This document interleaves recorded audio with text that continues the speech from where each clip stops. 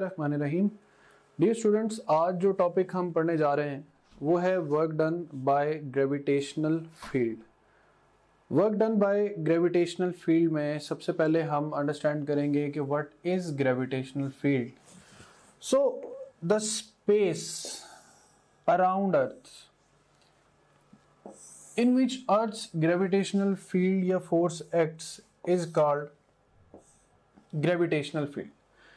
अब work done in gravitational field is independent of path, ये बात प्रूव करने के लिए let us take an example कि हमारे पास कोई एक हाइट है,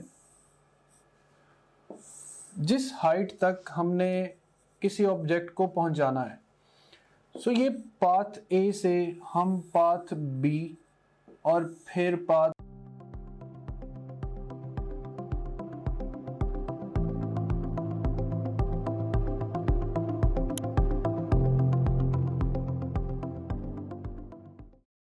सी तक जा सकते हैं। इसी तरह हम पाथ डी और फिर पाथ सी तक जा सकते हैं।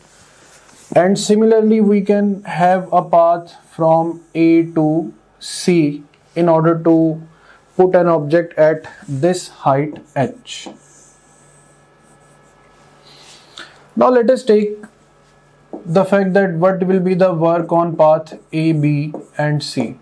That will be equal to work from A to B plus work from B to C. सो जब एक ऑब्जेक्ट को हम A से B तक डिस्प्लेस करेंगे तो gravitational force is acting downward mg and we are displacing the object forward into D। So A से B तक मुसलसल फोर्स और डिस्प्लेसमेंट में एंगल रहेगा 90 डिग्रीज का, जिसकी वजह से कोई वर्क डन कंसीडर नहीं होगा। So work along ABC is equal to 0 plus. अब वर्क बी से सी तक देखा जाए तो gravitational force is acting downward, displacement is upward. B से सी तक जो टोटल डिस्प्लेसमेंट है that is equal to H. So 180 degree की वजह से माइनस और वर्क हो जाएगा mgh। So we can say work done along our path A B C is equal to minus mgh। ये तो हमारे पास एक वर्क आ गया। अब हम दूसरे केस में देखते हैं कि हम A से D और फिर D से C तक जाएंगे। A से D तक उसी तरह mg downward and displacement upward. अब डिस्प्लेस कितना होना है, अगेन हाइट h तक। तो work done on path ADC is equal to work from A to D plus work from D to C। Now you can see work from A to D is equal to minus mgh. Now from D to C there is again the situation mg downward and displacement forward direction, angle 90 degree, the work done will be 0. So in this case the work done is also minus mgh. सो हम इन दो points को, इन दो options को भी देख के अंदाज़ा लगा सकते हैं कि ग्रेविटेशनल फील्ड में जब भी हमने काम किया हॉरिजॉन्टल एक्सिस के अलोंग काम नहीं हुआ, लेकिन वर्टिकल एक्सिस के अलोंग काम हुआ और इक्वल हुआ, और ये काम डिपेंड कर रहा था हाइट पर। अब तीसरा पाथ जो इसमें एक इररेगुलर मैनर में पैटर्न है, लेट्स से ये पाथ इस तरीके से C तक जा रहा है। अब हम इसे छोटे छोटे पाथ एलिमेंट्स में डिवाइड करते हैं। Let's say the vertical component is delta y1, delta y2, delta y3 up to delta yn, and the horizontal lines are delta x1 and so on. अब एक चीज क्लियर है कि हॉरिजॉन्टल एक्सिस पे कोई काम नहीं हुआ, लिहाजा में है x वैल्यूज कंसीडर करने की जरूरत नहीं है। वर्टिकल एक्सिस पे काम हो रहा था, सो इसको बिल्कुल ऐसे ट्रीट करें जैसे आप यूज कर रहे हैं work done by interval method. So work done 1 will be equal to minus mg delta y1, the y1 height, work 2 will be equal to minus mg delta y2, the second height, and work n will be equal to minus mg delta yn. अब इन सब factors को अगर आप add up करें तो add करने से finally जो आपके पास आंसर आएगा that is work done along path AC is equal to minus mg common, और इसमें ऐड अप हो जाएगा delta y1 2 plus so on delta yn. So here work done along path AC is equal to minus mg, this whole summation y1 से yn तक जो height बन रही है that is again equals to h. So again the work done is minus mgh. So in a quick summary, you can see that work done along path ADB minus mgh, work done along path ACB minus mgh, work done along path AB is again minus mgh. So we have conclusion that work done in gravitational field is independent of path. अब जहां पर work done independent of path होता है वहां पर हम जिस concept को फर्दर डिस्कस करेंगे वो ये है कि अगर हम एक क्लोज पाथ में वर्क करें,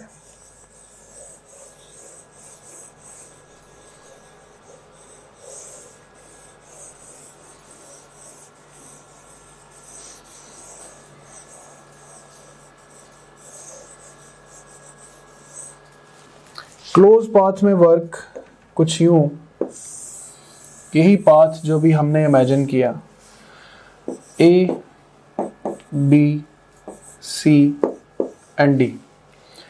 A से B तक हमारा वर्क था 0, B से C तक हमारा वर्क हुआ माइनस mgh, C से D तक अगेन 0.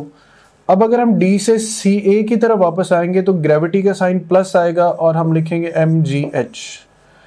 हमने एक क्लोज पाथ में वर्क किया.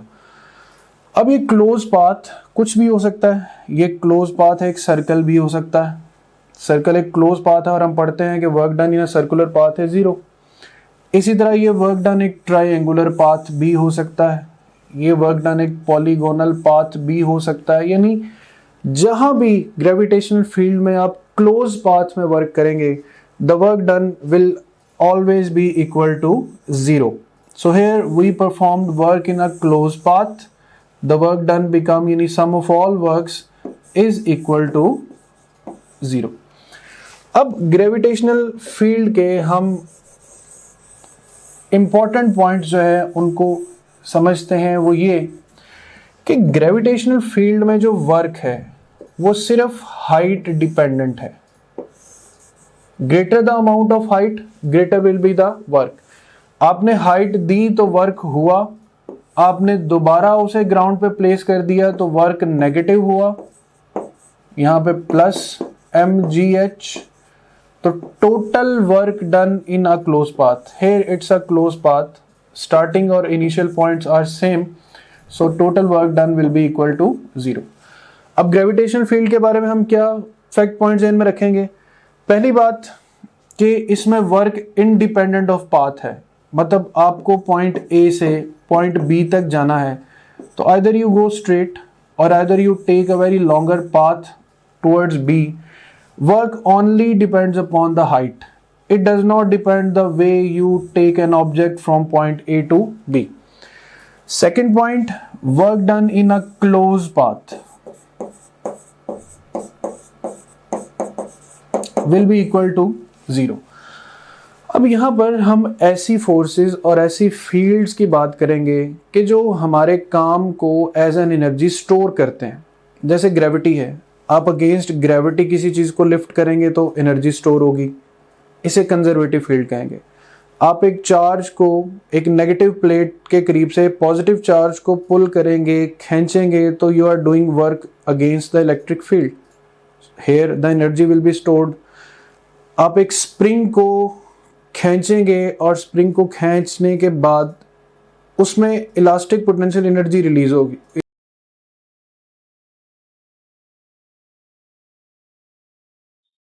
जैसे ही आप अपनी calculate.pk की ब्राउजर ऐप में लॉगिन होंगे, आपको ये हमारा होम पेज नजर आएगा।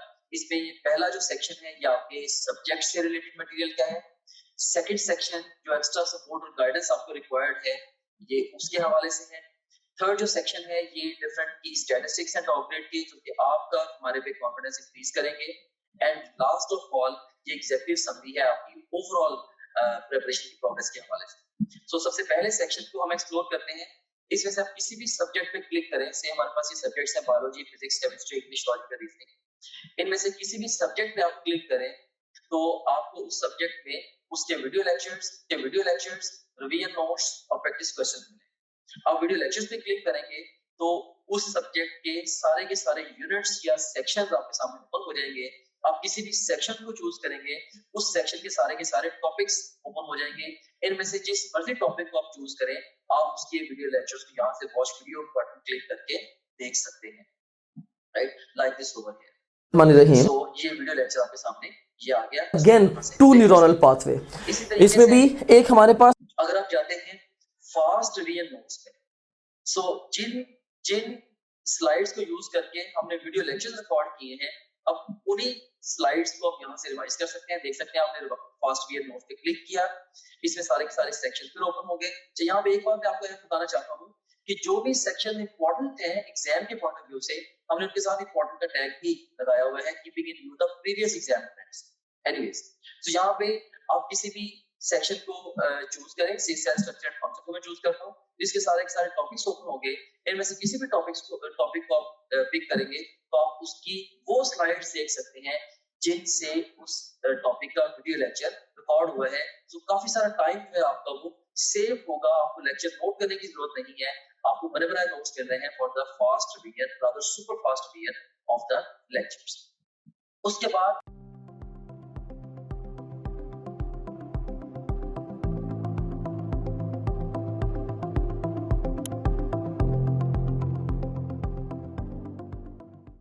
स्टोर होगी। जैसे ही आप छोड़ेंगे वही एनर्जी उसको वापस अपनी ओरिजिनल पोजीशन पे वापस ले जाएगी। सो अब हम डिस्कस करते हैं वो टाइप्स ऑफ फोर्सेस जो इस कॉन्सेप्ट के बाद ओरिजिनेट होती हैं। There are two types of forces, conservative fields and conservative non conservative fields, और you can also call them conservative forces.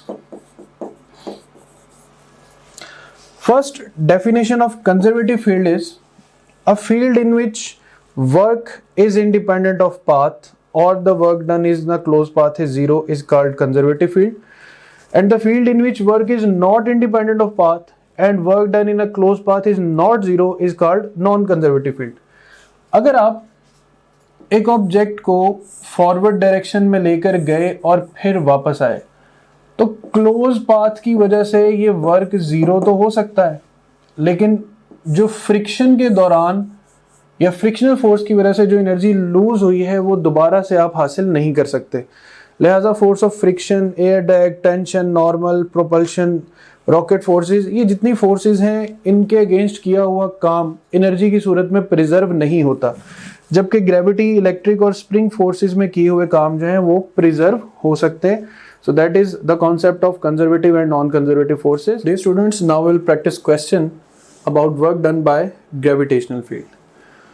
Work done by gravitational field में कुछ conceptual questions जैसे if W1, W2, W3 represents the work done in moving a particle from A to B along three different paths, 1, 2 and 3 respectively, in a gravitational field of a point of mass m, find the correct relation. अब हमें पता है कि gravitational field में जो work है वो सिर्फ हाइट डिपेंडेंट होता है, W equals to M G. So आप चाहे ट्रैक 1 से वर्क करें, चाहे ट्रैक 2 से वर्क करें, चाहे ट्रैक 3 से वर्क करें, you will attain the same height from these three paths. So work done 1 will be equal to work done 2 will be equal to work done 3. So beta will be the right option. Next question is this: a particle of mass 0.01 kg travels along a curve with a velocity given by 4 plus 16, and after some time its velocity becomes 8i plus 20j. Due to the action of conservative force, the work done on a particle अब work done is equal to the change in kinetic energy. Work done will be equal to 1 over 2 m Vf square minus Vi square. अब Vf calculate करने के लिए you will take the magnitude of this relation 8 square plus 20 square और Vi find करने के लिए you will take the magnitude of 4i plus 16k 4 square plus 16 square. Values calculate करके जब आप यहाँ पर वैल्यूज पुट करेंगे तो you will get the right answer as 0.96 joules. So that's all about work done by gravitational field. Thank you. हमारा जो most important feature है या टीचिंग टूल है that is our question bank. So अगर हम practice questions पे जाते हैं तो इसमें हम देखें कि आप डिफरेंट तरीके से टेस्ट दे सकते हैं. सो आप जैसे मर्जी माइंड में डिफाइन कर लें कि आपने किसी एक टॉपिक का टेस्ट देना है या एक चैप्टर का, एक यूनिट का, क्वार्टर सिलेबस का, हाफ सिलेबस का, फुल सिलेबस का, जो मर्जी सिलेबस आप डिफाइन कर लें. उस डिफाइंड सिलेबस में से 20 तरीकों से आप टेस्ट दे सकते हैं. कैसे? जैसे जो भी सिलेबस आपके माइंड में डिफाइंड है, आप चाहें तो उस सिलेबस के हमारे पास जो अवेलेबल ऑल क्वेश्चन उनका टेस्ट दे सकते हैं, या जो आपने टॉपलेट.टीके पे आप प्रैक्टिस करते रहे हैं तो आप चाहते हैं कि आपने दोबारा may be second third time आप टेस्ट दे रहे हैं, आप चाहते हैं कि मेरे पास सिर्फ और सिर्फ उस सिलेबस के अनसीन क्वेश्चन का टेस्ट आए, आप वो भी दे सकते हैं. इसके अलावा इनकरेक्ट क्वेश्चन के टेस्ट देते हुए जो सवाल आपके गलत हुए थे, आप उन गलत सवालों का टेस्ट अलग से क्रिएट कर सकते हैं. से अगर आपने फिजिक्स के 20 टेस्ट दिए हैं, उनमें से आपका कोई मे बी आपके कोई 30 क्वेश्चन रॉन्ग हुए थे, उन 30 रॉन्ग क्वेश्चन का इकट्ठा टेस्ट भी आप क्रिएट कर सकते हैं. और इसी तरीके से जो जिन क्वेश्चन को आपने टेस्ट के दौरान बुकमार्क किया है उनका टेस्ट कॉल कर सकते हैं. जो टेस्ट आपने अटेम्प्ट किए थे क्वेश्चन उनका टेस्ट कॉल कर सकते हैं, अनअटेम्प्टेड का, और इवन यानी कि टेस्ट देते हुए आपने जिनको अटेम्प्ट किया था और टेस्ट देते हुए जिनको आपने अटेम्प्ट नहीं किया था, ये अनसीन से डिफरेंट है. अनसीन का तो मतलब ये है कि वो टेस्ट में कभी आए ही नहीं आपके. इसके अलावा आप देख सकते हैं कि इवन पास्ट क्वेश्चन का बहुत बड़ा पूल यहाँ पे मौजूद है. अगर हम गौर करें, देखेंगे ई-कैट के, नम्स के, NMD CAT, AKU, MD CAT, Punjab के और ईटा के, ये इवन जो पीएमसी के जो सैंपल पेपर्स हैं उनके टॉपिक वाइज पास्ट क्वेश्चन देखें यहाँ पे मौजूद है ओवरऑल. आप किसी भी टैब पे क्लिक करें, सारे के सारे एक्चुअल पास्ट क्वेश्चन है वो आ जाएंगे. ऑफ कोर्स ये सारे के सारा बड़ा इंपॉर्टेंट टूल है क्योंकि पूरे पाकिस्तान से बड़े मेन एग्जामिनर्स ने, बड़े सीनियर एग्जामिनर्स ने ये डेवलप किया होगा.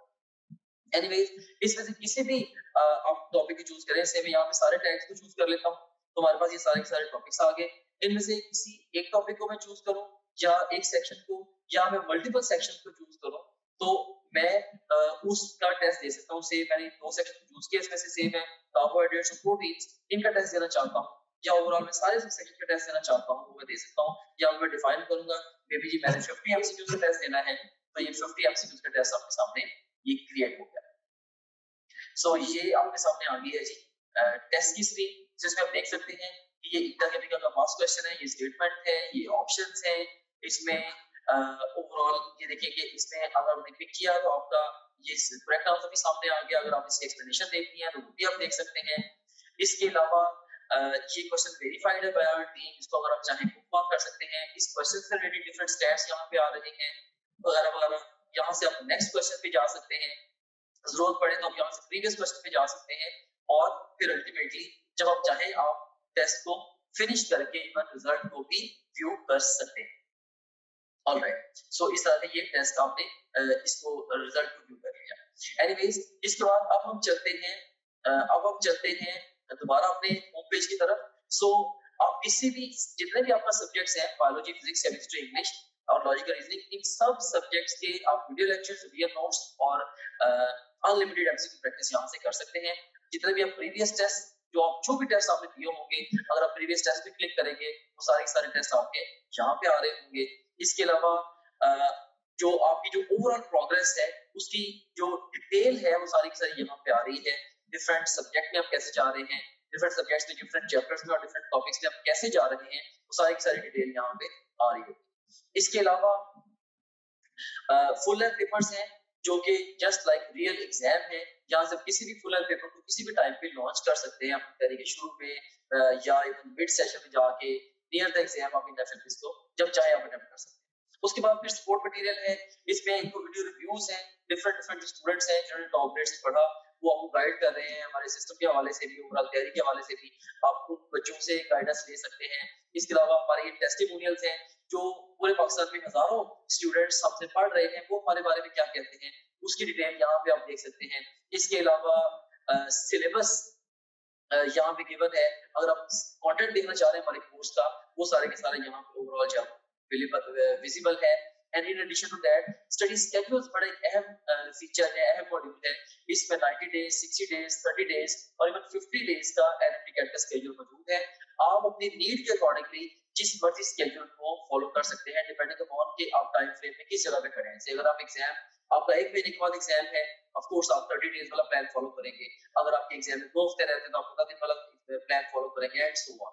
तो इसमें हमने आपको ये बताया है स्केड्यूल्स के अंदर ये गाइड किया है कि आपने गिवन टाइम को बेस्ट यूटिलाइज कैसे करना है। फिर इसके अलावा डाउनलोड्स का सेगमेंट है, जो भी डिफरेंट इंपॉर्टेंट कंटेंट है आपसे रिलेटेड, वो सारे के सारे आपको डाउनलोड्स में मिल जाता है। और इसके अलावा गाइडेंस वीडियोस काफी सारी इसके अंदर पड़ी हुई हैं, जो कि मैंने खुद रिकॉर्ड करके इसके अंदर डाली है। इसमें बहुत सारे हवालों से जनरल गाइडेंस आप इन वीडियो से ले सकते हैं। सो ये था हमारे पास ये हमारे पास गाइडेंस वीडियोस का ये सेगमेंट था। Okay, so this was